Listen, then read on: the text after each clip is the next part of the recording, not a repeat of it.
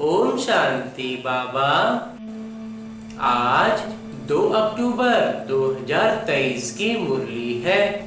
बाबा कह रहे, मीठे बच्चे, नई दुनिया के लिए बाबा तुम्हें सब नई बातें सुनाते हैं, नई मत देते हैं, इसलिए उनकी गतमत न्यारी गाई जाती है। वो हर बात नहीं बताते हैं, पूरा नया मत देते हैं, इसलिए उनका हम लोग कह देते हैं कि उनकी गतमत न्यारी है।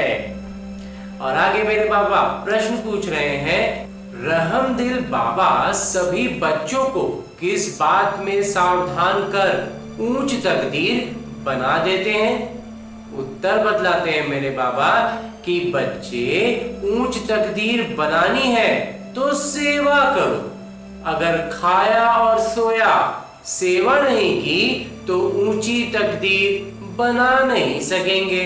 सेवा के बगैर खाना हराम है, इसलिए बाबा सावधान करते हैं। सारा मदार पढ़ाई पर है, तुम ब्राह्मणों को पढ़ना और पढ़ाना है, सच्ची गीता सुनानी है।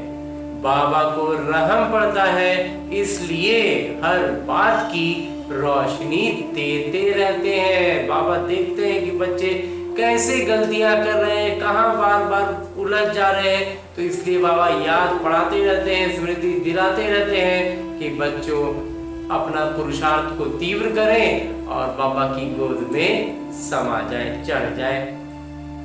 गीत है, जिस दिन से मिले हम तुम। ओम शांति।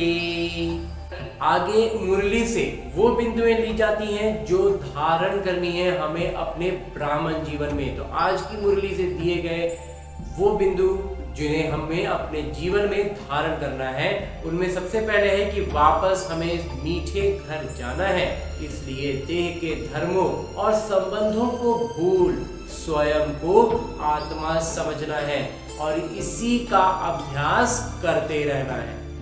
बाबा की जो शिक्षाएं मिली हैं वो दूसरों को देनी है, आप समान बनाना है।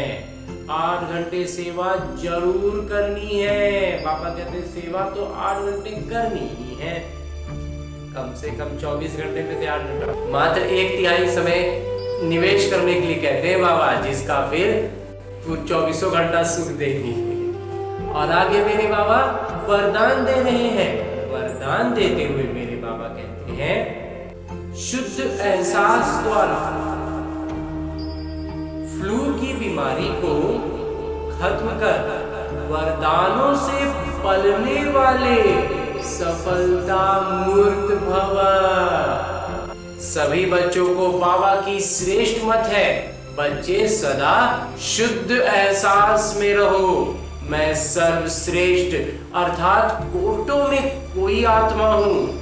मैं देवात्मा, महान आत्मा, विशेष किरदारी आत्मा हूँ।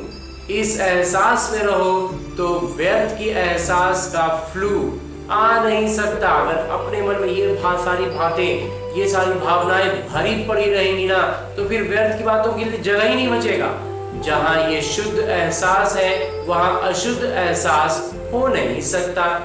इससे फ्लू की बीमारी से अर्थात मेहनत से बच जाएंगे। फ्लू होता है तो क्या होता है, बीमारी आती है, फिर उसके लिए हम दवाई खाते हैं, 2-4 दिन 5 दिन का द्वंद चलता है, तब जाकर के वो फिर हटता है। और बाबा कहते हैं अगर हम पहले ही से इतना मजबूत रहें कि वो फ्लू की बीमारी हमारे भीतर घुस ही नहीं पाए, तो फिर हमें 4-5 दिन का द्वंद नहीं करना होगा ना।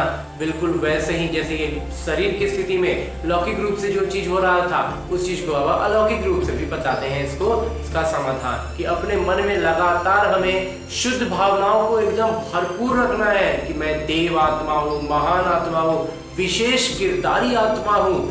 और ऐसी इन एहसासों में जब हमारा बुद्धि पूरा भरा रहेगा तो व्यर्थ की बातों के लिए जगह बचेगा ही नहीं, व्यर्थ की बातें आएंगी नहीं, तो हमें फिर कोई तरह की एहसास, कोई बुरा एहसास, उदासी लगना, मूड ऑफ होना, ये सब होगा ही नहीं। और ये सब नहीं होगा तो हमारा पुरुषार्थ लगातार तीव्र होता चला जाएगा, व्यर्थ में हमारा समय बर्बाद नहीं होगा।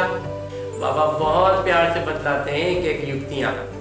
तो बाबा कहते हैं कि इस फ्लू की बीमारी से अर्थात मेहनत से बच जाएंगे और सदा स्वयं को ऐसा अनुभव करेंगे कि हम वरदानों से पल रहे हैं। ये जो भी शुद्ध एहसास बाबा ने हमारी बुद्धि में चढ़ाने के लिए कहा, ये क्या है? एक एक बात, एक एक वरदान है। तो इन वरदानों में हम पलते रहेंगे, झूले में झूलते रहेंगे, तो सेवा में तो सफलता पाते ही रहेंगे। सेवा में सफलता मिलती रहेगी, पालने में झूलते रहेंगे, तो फिर व्यर्थ की चीजें कहाँ छूट जाएंगी पता भी नहीं होगा।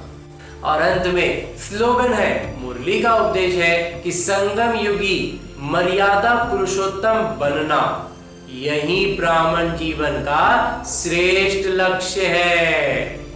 और आज की मुरली के बाद मेरे बाबा अव्यक्त इशारे दे रहे हैं कि किसी भी प्रकार का अलबेलापन खजानों को बर्बाद कर देता है, तो बर्बाद नहीं करना, 1 से 10 गुना बढ़ाना। एक कोई मोती मिल गया, एक कोई ज्ञान की बात एकदम बुद्धि में अंदर तक चली गई, तो फिर उसको 10 बनाना है, 10 को 100 बनाना। बाबा कहते हैं इस तरह से हमें बढ़ाना है, अलबेलापन बना करके उसे को खो नहीं देना है। तो जिसको बाबा कहते हैं कम खर्चा वाला नशीन, जो खर्च कम करे और ऊपर उठते रहे, तो बाबा उसको कहते हैं नशीन हो गया। तो ये है बढ़ाना और वो है गंवाना। जहां बेलापन में गए वो गंवा दिए। तो तन मन और धन को सदा सफल करने वाले ईमानदार आत्मा बनो।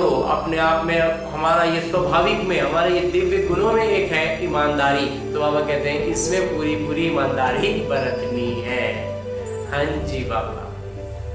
अच्छा, ओम शांति बाबा, ओम शांति।